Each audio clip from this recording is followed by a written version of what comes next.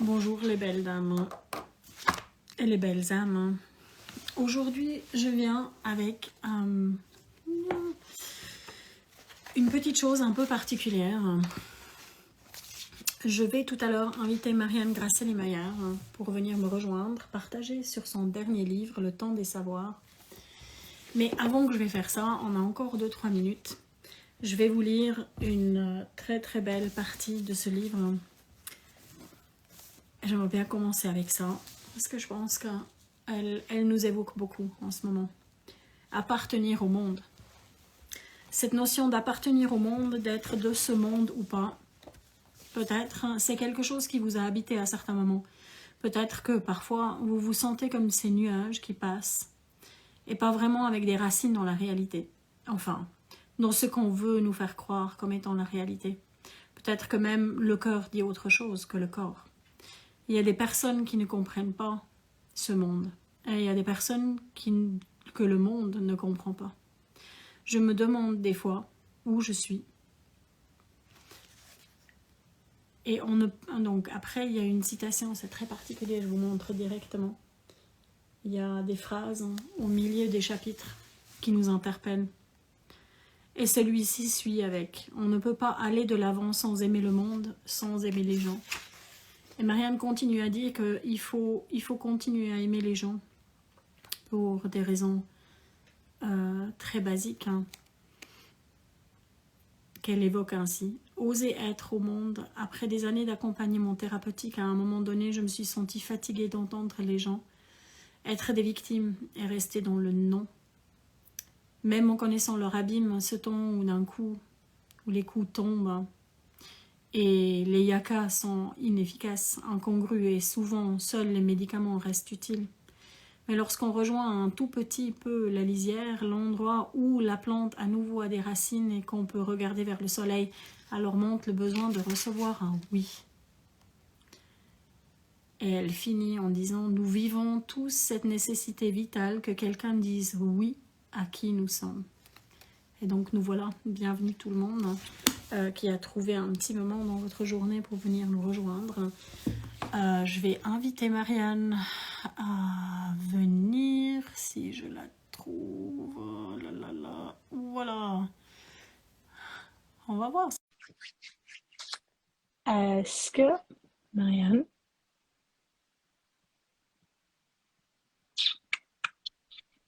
es-tu là? Est-ce que tu nous vois? Oui, je suis là. Oh yes. Yes! C'est juste Excellent. incroyable. Je suis contente de te voir. Bonjour, Marianne, ça va, hein? Ouais, coucou Bettina. Ouh. Alors, on est tout de suite dans le vif parce que je vois ton tambour Hmm, sibérien juste derrière toi. Merci de ouais. l'avoir mis en vedette comme ça. Parce que ce tambour, évidemment, il a accompagné l'élaboration du livre. On va en parler maintenant tout de suite. Donc, on parle de Le temps des savoirs. Et on commence tout de suite au début, hein. Le temps des savoirs. Il y a un jeu de mots là-dedans. Il y a un néologisme. Pourquoi ce titre? Pourquoi le jeu de mots? Et en quoi est-ce qu'il est révélateur du contenu du livre? Hmm. Euh, bon, je pense que il y a un côté ludique chez moi qu'il faut pas oublier. Donc, je, je, je m'amuse et en même temps, je me questionne. Euh, le temps des savoirs, celui qu'on connaît, le savoir, vient toujours d'un extérieur de soi.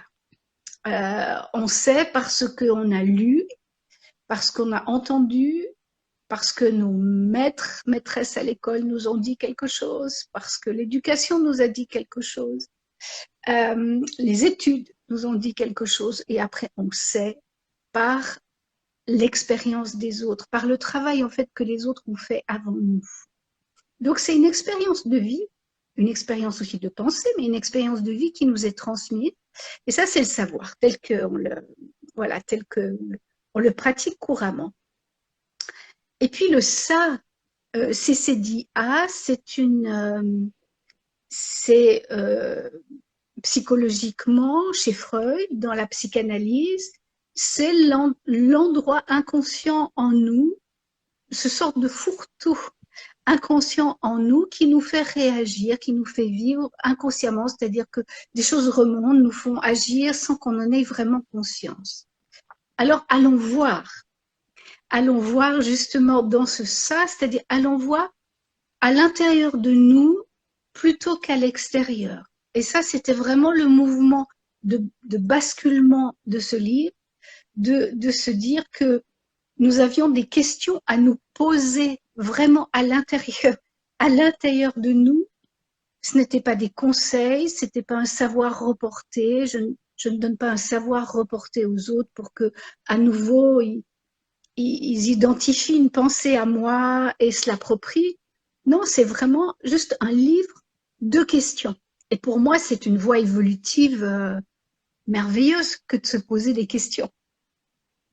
Mhm.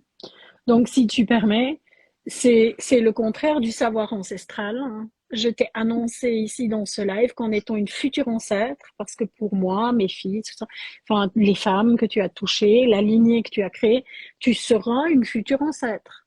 Et je sais que ton chemin, les dernières années, c'était vraiment de venir à ce point de la transmission aussi. Mais donc ça, c'est un côté.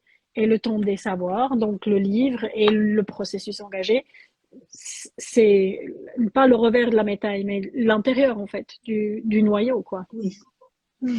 Oui, parce que qui dit savoir dit peut-être aussi sagesse, dans la sagesse de l'ancienne, mais cette sagesse de l'ancienne, tu vois, c'est par l'expérience. C'est pas parce que j'ai compris quelque chose ou par mes lectures que je vous le redonne comme ça. C'est parce que ça a été retravaillé remis dans la réalité. En fait, on va reparler pas mal de fantasmes et de réalité, je crois, après aussi, mais c'est parce que ça a été mâché, tu vois, mâché, intégré dans mon corps, dans mon cœur, que ça devient après quelque chose dont on peut-être se référer. Mais si on pouvait, Bettina, si on pouvait se référer à moi comme étant une femme de sagesse qui ouvre un espace de liberté intérieure, alors ça serait top. Ouh, Oui, bah tu écoute, évoques carrément ton essayons. héritage là, hein. On n'y est pas encore, on n'y est pas encore. Ben, presque. Mais quelle belle entrée en matière en fait. Mais ça me relance sur une autre question que je voulais te poser. C'est que tu as évoqué à plusieurs endroits dans le livre, hein, une série de lives.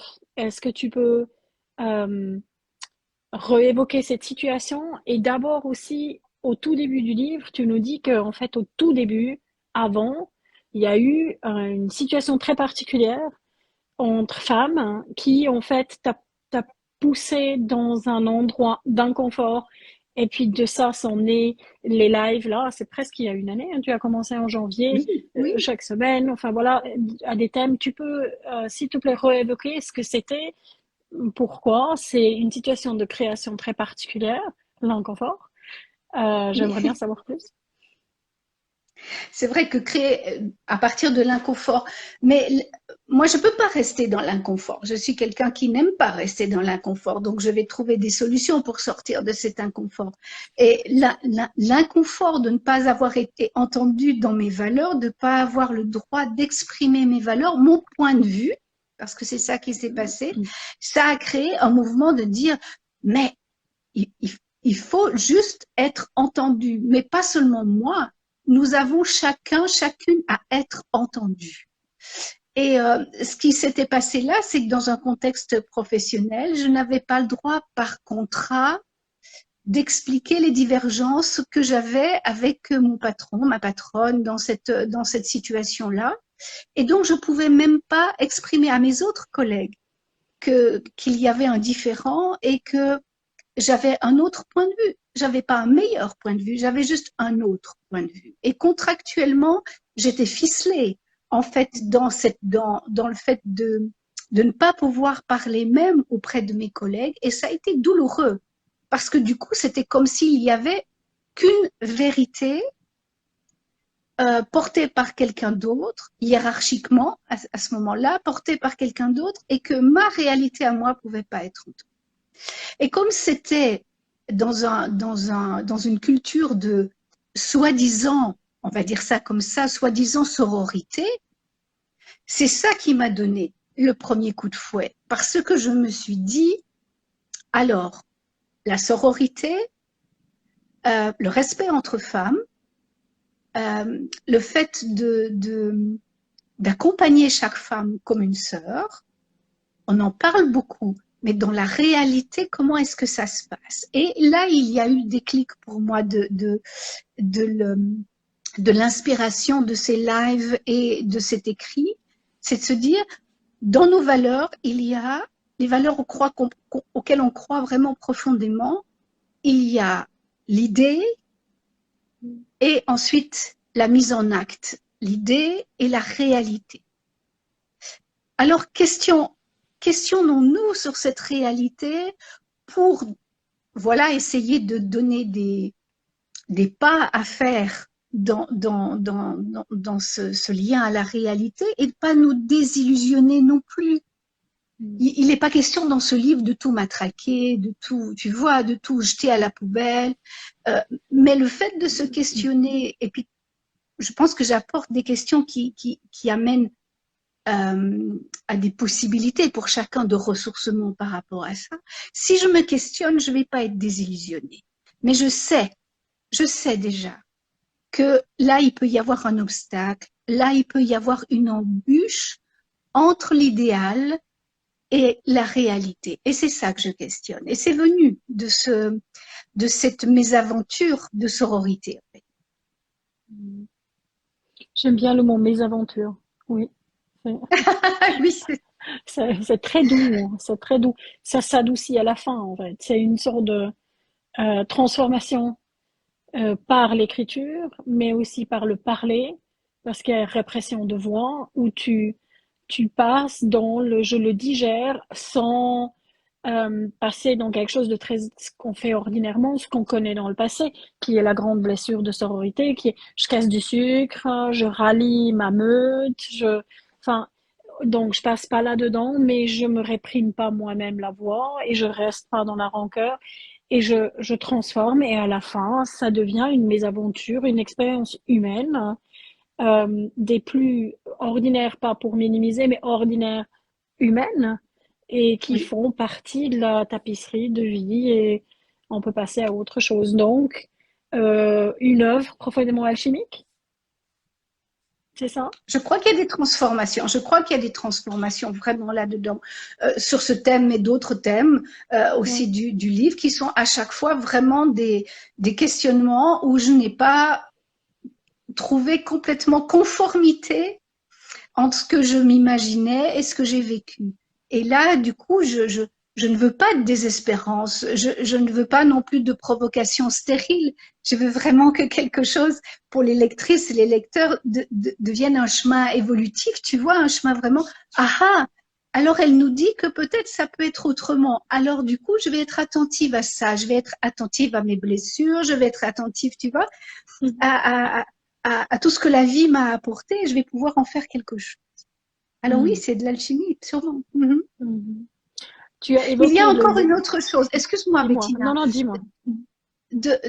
Dans ce mouvement précurseur du temps des savoirs, il y a eu encore une autre situation. Il y a eu le fait on m'a dit à plusieurs fois dans mes livres, après avoir lu mes livres ou quand j'ai rencontré mes lecteurs et lectrices, on me disait il n'y a pas ou quasi pas de référence dans vos livres. Et j'étais un petit peu embêtée.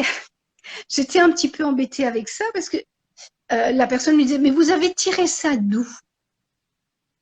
Et la seule chose que je pouvais dire, mais très spontanément comme ça, mais de moi.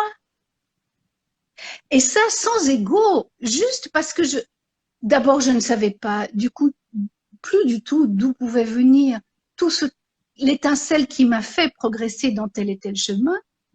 Et puis parce qu'à un moment donné, ben c'est mon expérience et c'est plus du tout une référence extérieure à moi. Et je me suis dit, mais je suis vraiment d'une autre génération. Je suis d'une génération Entre où on peut parenthèses, pas tout. Entre Mhm. parenthèses, pour tous celles qui connaissent peut-être pas encore tes livres, il y a beaucoup de références, hein, parce que c'est moi qui corrige ces références. Donc oui, oui, non, il y en a des références. Je ferme la parenthèse, mais ça, ouais, c'est interpellant, tu m'avais pas dit ça.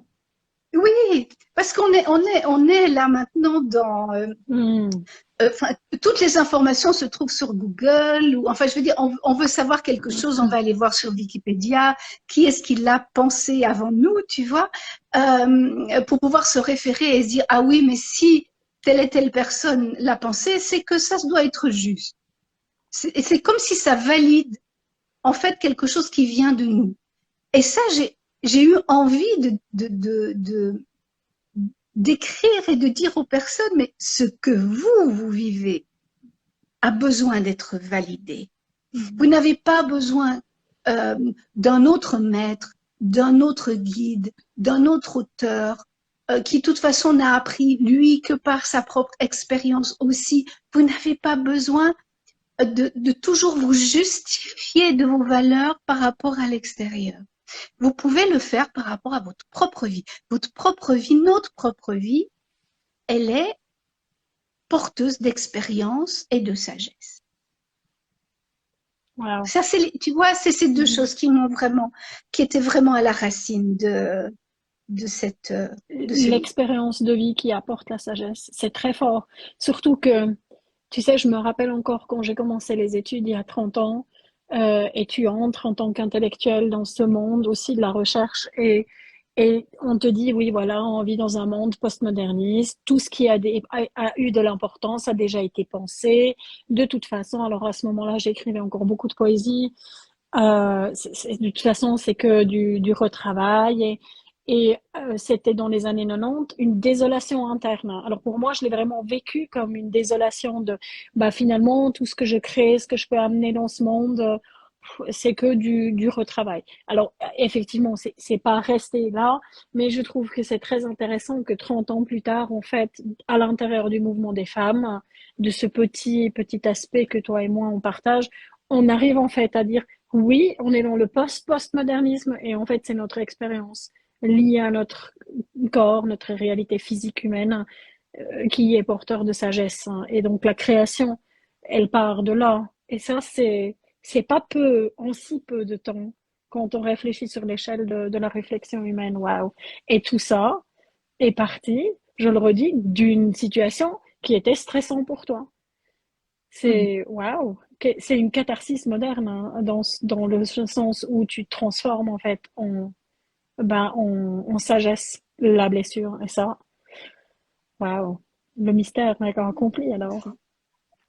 Mais plus concrètement, comment tu as fait donc on a dit que c'était basé sur des lives donc que tu as fait chaque semaine, hein, Oui. sur Instagram, donc on échange aussi avec une communauté ou avec du moins une personne, enfin, imaginée en face, parce qu'on les voit pas nécessairement sur les lives.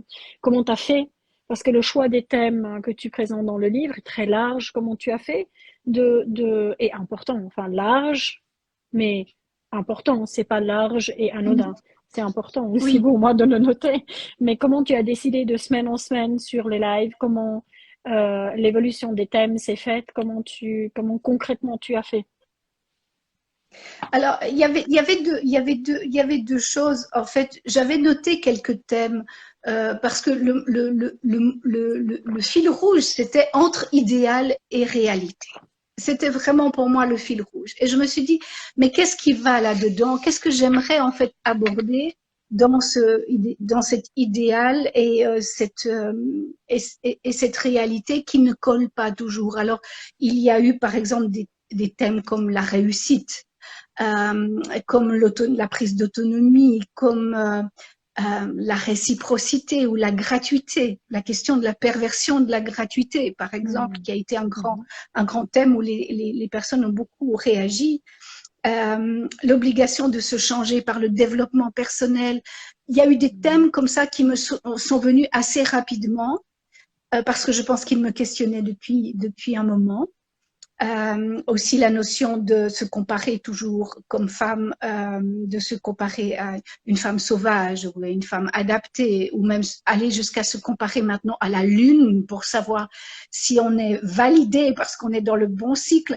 Enfin, toutes ces questions-là que j'ai vues par expérience, hein, où j'ai vu les souffrances, où j'ai vu la, la, les réflexions des femmes autour de moi qui les empêchaient d'être elles-mêmes à cause de tout ça. Donc, ça, c'était des thèmes qui sont venus assez vite. Et puis après, il y a eu, eh bien, le vécu. C'est-à-dire que je portais un thème pour la semaine d'après. Par exemple, je me disais, je vais travailler. Allez, pendant toute une semaine, ça me restait vraiment comme un leitmotiv, vraiment comme un refrain à l'intérieur de moi où je prenais quelques notes et tout en disant ah oui, là il faudrait que je leur dise ça, ah oui, ça serait chouette. Mais c'est vrai que, enfin bref, ça m'habitait pendant une semaine. Et puis tout d'un coup, il y avait le quotidien qui te rattrape. Il faut pas oublier, on est début de l'année dernière. Il y a eu la guerre en Europe qui est arrivée. Il y a eu beaucoup de choses qui sont venues nous questionner. Et puis des rencontres dans le quotidien qui fait que tout d'un coup, un thème venait là au milieu qui n'avait pas été prévu, mais qui me prenait. Vraiment, qui me prenait les tripes. Et je disais, mais je peux pas parler je peux pas suivre mon plan A. Qui était de parler la semaine prochaine de quelque chose comme ça, alors qu'il arrive ça dans le monde ou qu'il m'est arrivé ça aujourd'hui. Et donc, à chaque fois, j'ai gardé cette spontanéité. J'ai voulu garder vraiment cette spontanéité pour en parler dans les lives. Et puis, j'ai adoré recevoir les commentaires des femmes, principalement des femmes qui me suivaient. Et là, je me suis dit, mais on est en train d'écrire quelque chose en parallèle.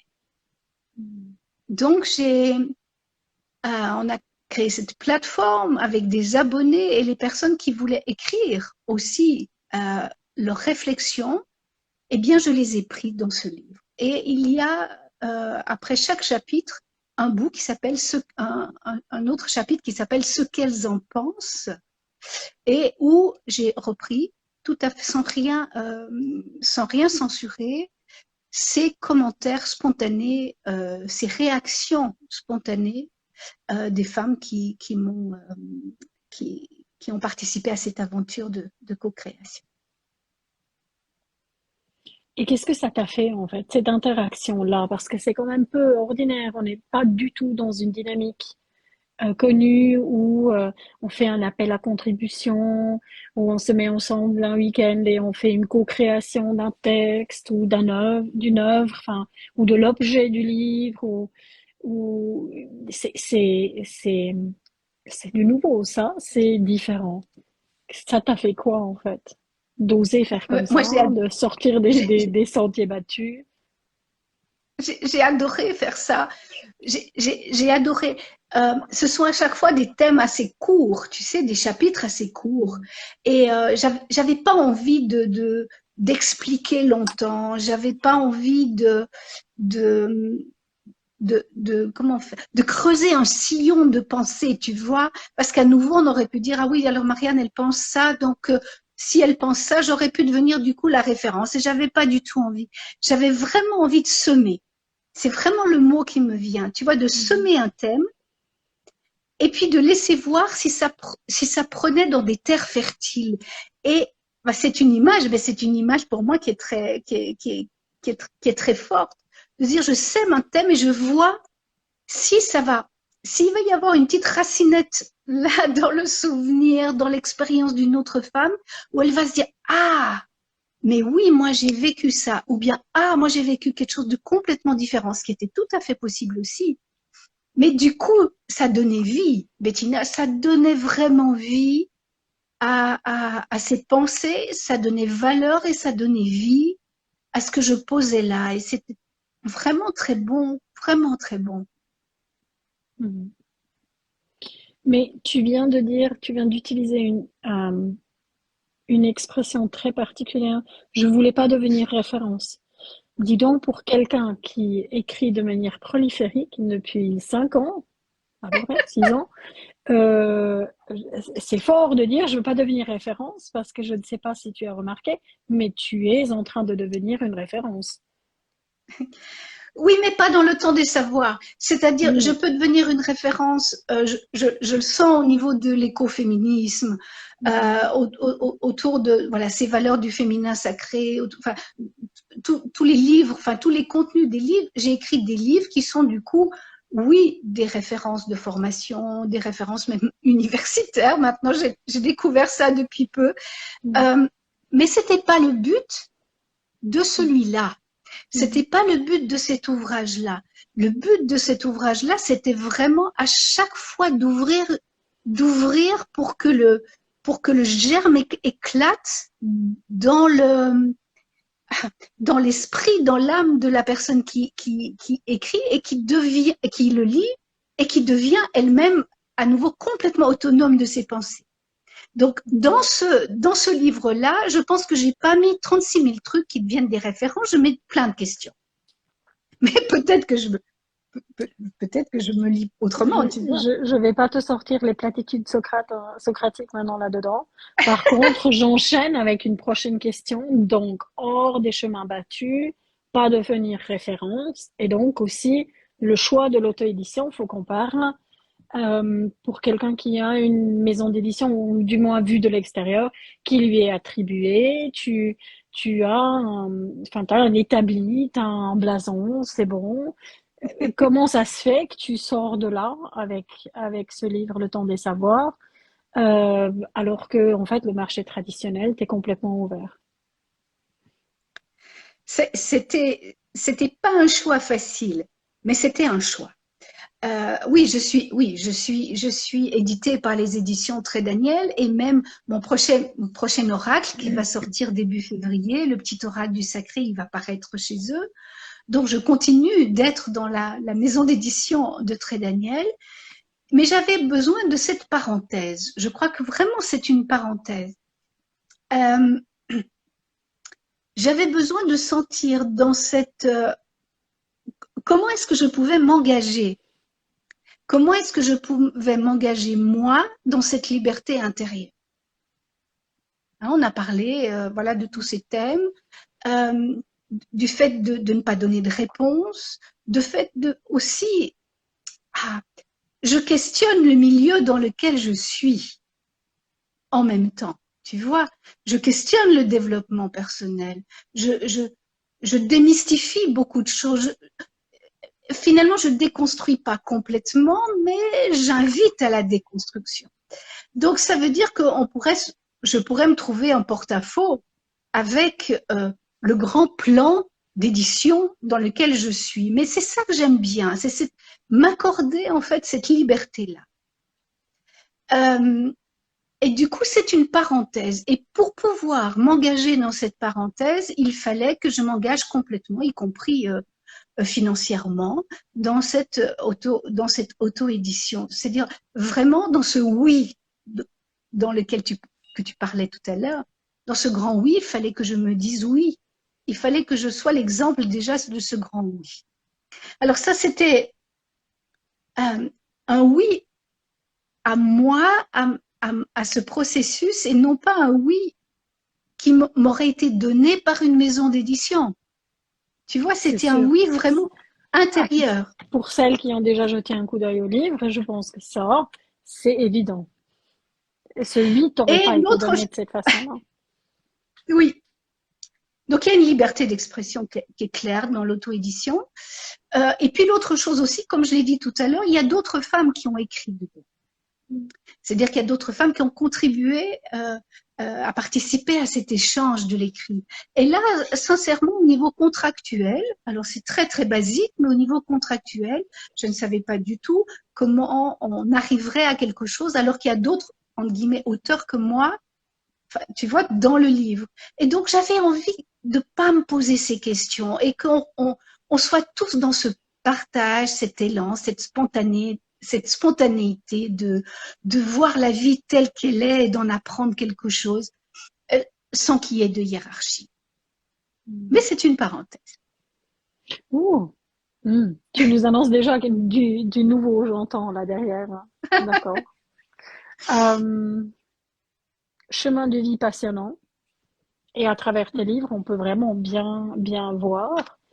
Et particulièrement celui-ci, parce que on arrive à voir un peu derrière le rideau de qui est Marianne, ou apercevoir en douceur des interactions que tu as pu avoir, des critiques aussi, des endroits qui collent un peu, les gens autour de nous, les interpellations. On a évoqué la situation qui a créé en fait cet élan de partage, mais dans le livre, vraiment, quels sont les bouts qui t'ont marqué le plus?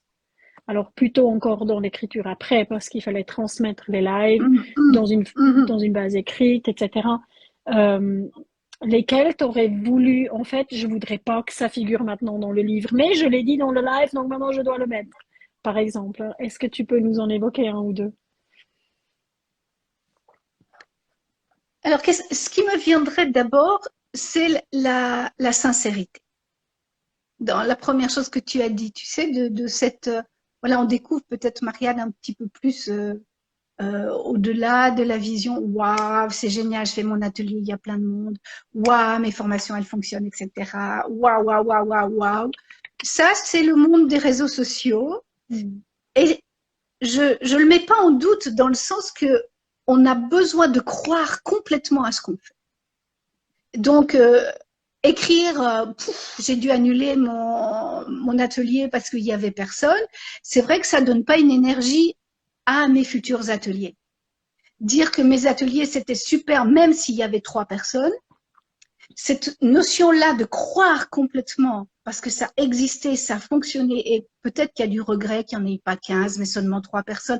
Mais ça, je mets de côté parce que je crois fort, je crois dur comme fer, avec amour à ce que je fais dans mon cercle de femmes, dans mes activités de thérapeute, etc. Donc, il y a ce côté d'un élan dans les réseaux sociaux. Mais ça donne une vision assez factice aussi. Tu vois, dans l'autre côté. C'est-à-dire qu'on croit que tout est bien, alors que tout réussit tout le temps et tout ne me réussit pas tout le temps. Et moi aussi, j'ai des ateliers qui n'ont pas lieu. Et moi aussi, alors peut-être moins ces dernières années où avec les livres, vraiment, il y a eu une expansion de mes activités. Mais je veux dire, le nombre d'années où j'ai fait des activités avec juste 3 personnes ou que j'ai dû annuler ou reporter, ça aussi, c'est ma réalité à moi. Donc, il y a cette notion de sincérité, tu vois, de vraiment aller chercher quelque chose de sincère. Donc, c'est pas faux ou juste, c'est juste sincère. Alors, tu me demandes s'il y a des choses que je n'aurais pas eu envie d'écrire. Il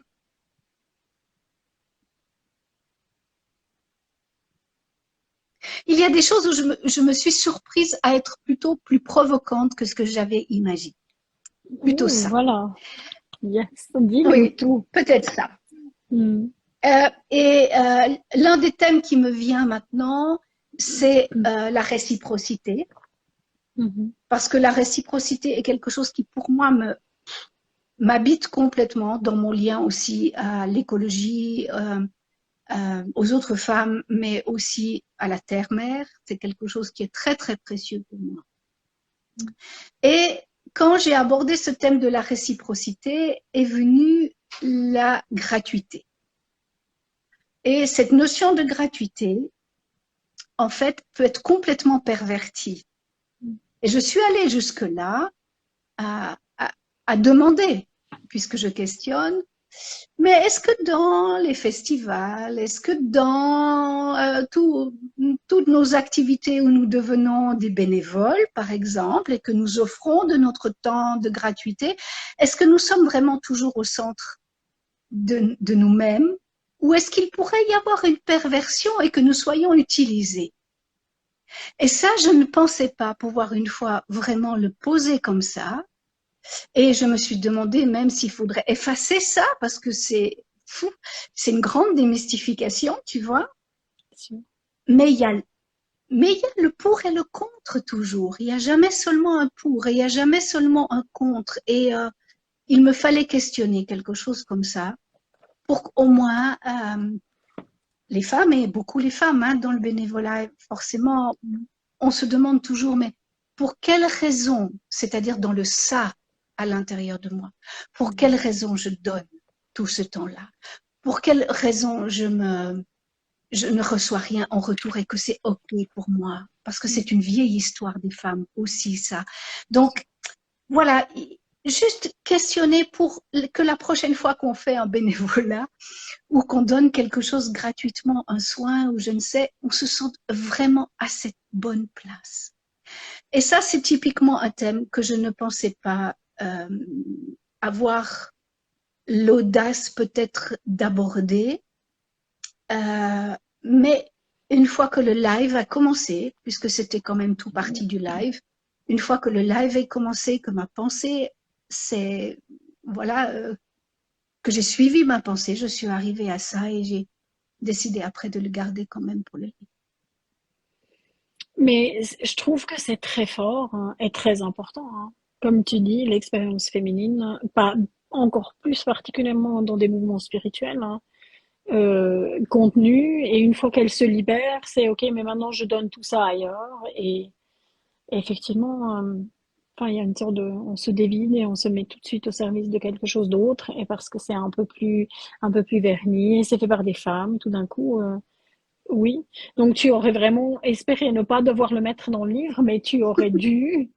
Comment t'aurais fait? Il y avait pas moyen. Tu t'étais mis en janvier ce challenge-là et pas moyen, pas Eh bien, moyen écoute, d'enlever.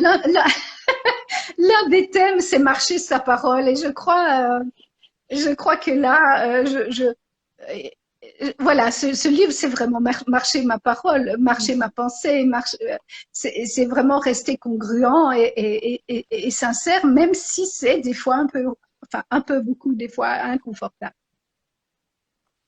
Bah c'est ça. Et j'ai une citation dans tes livres, hein, donc c'est dans le chapitre que tu as évoqué tout au début, hein, où vous avez dit sauvage, et je pense qu'on va tout doucement commencer par fermer là-dessus. Donc tu as dit voilà la femme sauvage, il y a toute la réflexion sur est-ce que je peux être femme, est-ce que je dois avoir l'étiquette, etc.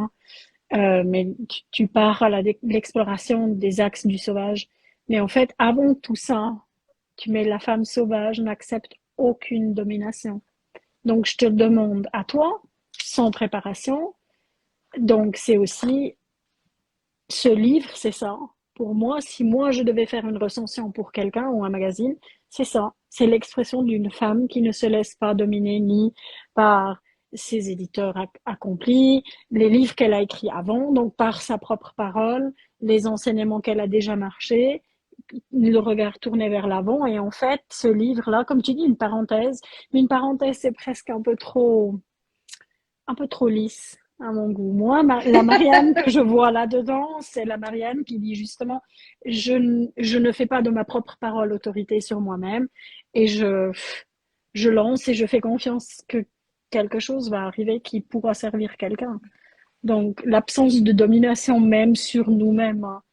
Hein. Et ça, je pense qu'il fallait le dire. Et je pense, comme tu le dis, il y a, sans l'adage de l'institution de l'édition, du marché qui a ses demandes, de la parole soignée, tout ça, on n'aurait pas osé le dire autrement que dans un livre comme ça qui brise en fait tout le cadre, tout en fait.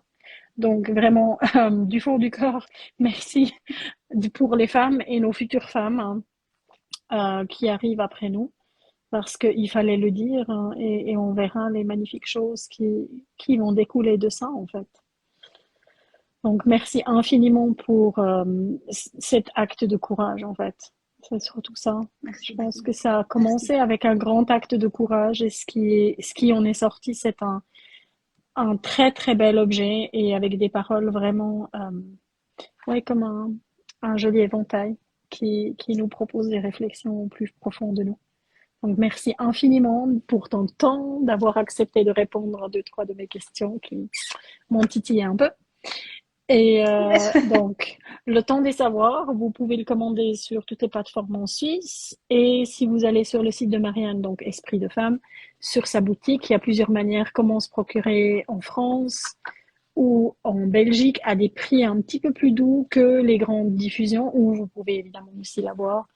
Donc, est-ce que tu as encore deux, trois trucs que tu voulais nous dire? Qu'est-ce qui s'annonce? Quelle est la suite maintenant pour Marianne? Tu as évoqué un peu l'oracle. Enfin, qu'est-ce qui nous attend l'année prochaine?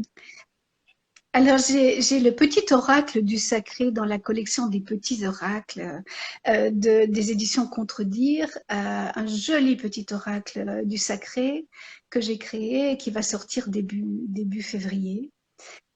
C'est une ode vraiment au peuple premier, à leur enseignement. Donc, des petites cartes qu'on peut emporter chez soi pour célébrer, pour que le sacré reste vraiment quelque chose de simple et d'une connexion spirituelle quotidienne, donc, et en lien avec la nature aussi. Donc, ça, c'est ce qui va sortir là tout bientôt. Et puis, il y a un autre projet qui va sortir, je pense, en avril, quelque chose comme ça, qui sont les cartes de soins racines. Et là, tu entends de nouveau les racines, donc vraiment ce lien à la terre, ce lien à la matérialité, ce lien à la réalité qui est pour moi tellement essentiel de faire lien entre spiritualité et corporéité, entre ciel et terre, peut-être justement cet alignement-là. Donc j'ai créé des cartes de soins racines, ce ne sont pas des oracles, ce sont vraiment des cartes qu'on peut utiliser lors de soins énergétiques, d'accompagnement. Et voilà, sur mon site, on peut les découvrir déjà un peu. Donc, si vous êtes curieuse, vous pouvez déjà les voir et ils vont sortir voilà, sur ce printemps. Donc, des belles opportunités, ça me réjouit vraiment. Hmm. Il y a de quoi se réjouir pendant l'hiver pour des nouvelles élans pour l'année prochaine. Merci beaucoup, Marianne, pour tout ce que tu fais. Merci pour ton temps et des toutes belles fêtes, une toute belle fin d'année. Oui, pour toi aussi, pour ta famille Hmm. aussi. Et Merci beaucoup de nous avoir suivis. tous celles et ceux qui nous ont regardés. Des belles fêtes Merci aussi. beaucoup. Toute belle fête. Merci. Au revoir.